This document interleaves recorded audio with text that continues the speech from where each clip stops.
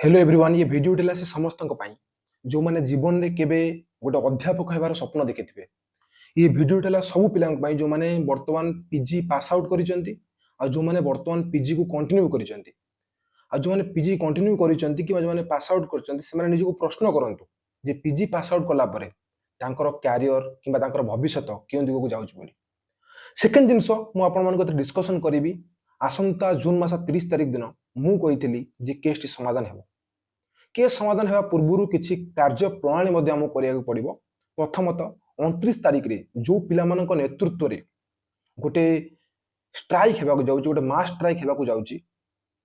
जोटा कि lower PMG Bhubaneswar रे हेबो दिन 9 घटिका समय रे तार उद्देश्य कोन रहिछि तार डिमांड कोन रहिछि ताको हम डिस्कशन करिबा आ आउ जो सेकंड पॉइंट रहला यूजीसी एंड आपण देखिथिबे यूजीसी जो सिस्टम रहिछि रूल्स एंड रेगुलेशन रहिछि ता संपूर्ण भाबे शेष होबाकु जाउछि सेटा मध्ये मु आपण मानक सहित आज डिस्कशन करिवि तृतीयतः एसएसबी लेक्चरर केस रो समाधान पई गोटे सीक्रेट मिशन काम करूछि जोटा कि आपण मानकु ता रिलेटेड मध्ये मु आपण मानकु ए वीडियो रे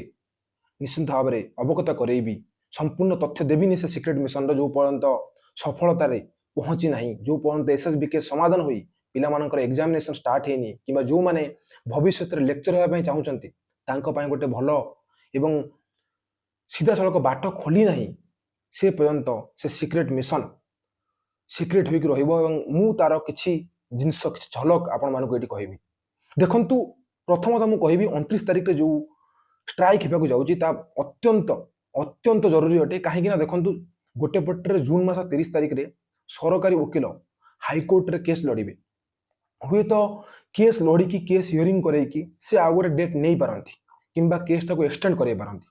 सेथिपाई ए केस को त्वरान्वित करिया पई गोटे पटे सरकार को अत्यंत प्रेशर करिबा गोटे एस्पिरेंट भाबरे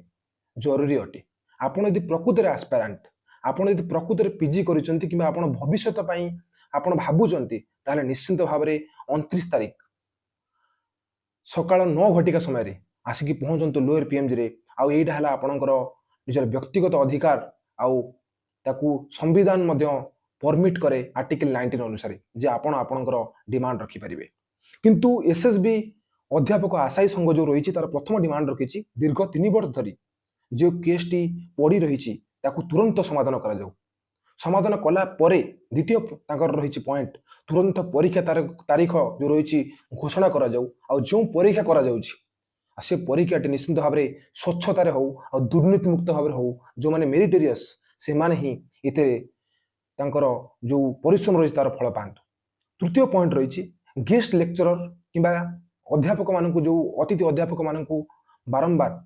सरकार कौन करुचंती ना चाकरी देउचंती आउ जो माने सब रेगुलारिटी जो माने पीजी पास आउट करुचंती से माने आज राजरास्ता रे खंडे खंडे डिग्री धरी बुलचंती सेटा न हो ता माने गेस्ट लेक्चरर को संपूर्ण भावे उच्छेद करा जाऊ चतुर्थ पॉइंट एसएसबी जो बोर्ड रही ताहा जो एग्जामिनेशन कंडक्ट करूची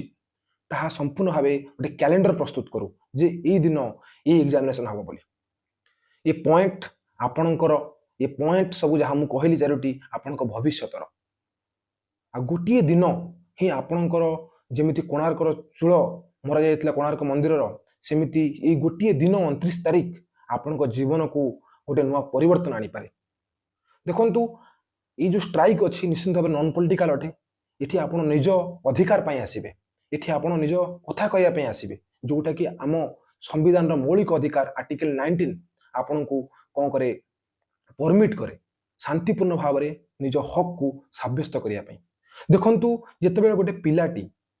कांदे नाही सेतेबेले ता मां भी देउ खीर दिए नाही जदि आपणकर असुविधा सरकार जानिबे नाही ताल ताकू समाधान करिया पई से के भाबिबे नाही सरकार पाखरे बहुत किछि काम अछि सामाजिक बहुत सारा असुविधा रही सोशल इश्यूज बहुत सारा रही तापर आपण को इश्यू को आपण सरकार को जणाया पई हेले अधिक संख्यार आपण को जॉइन करिकी शांतिपूर्ण भाव में सरकार को जणाया पई पड़िबो आउ द्वितीयतः मु कहबी मु आपण कहली किछि पिला यूजीसी रूल्स होचंती आपण माने जानि नथिबे आमर जो संसद रही संसद रे विकसित भारत शिक्षा अधिष्ठान बिल 2025 अनुसार जोटा कि एआईसीटीई एनसीटीई यूजीसी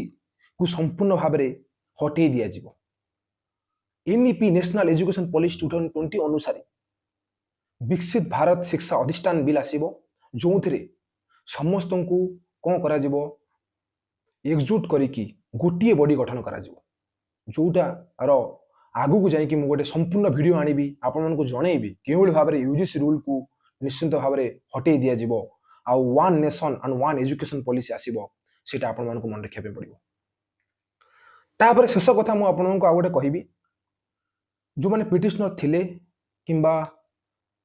जो माने सीरियसली केस को नहीं चंती तांका भितर 4-5 जण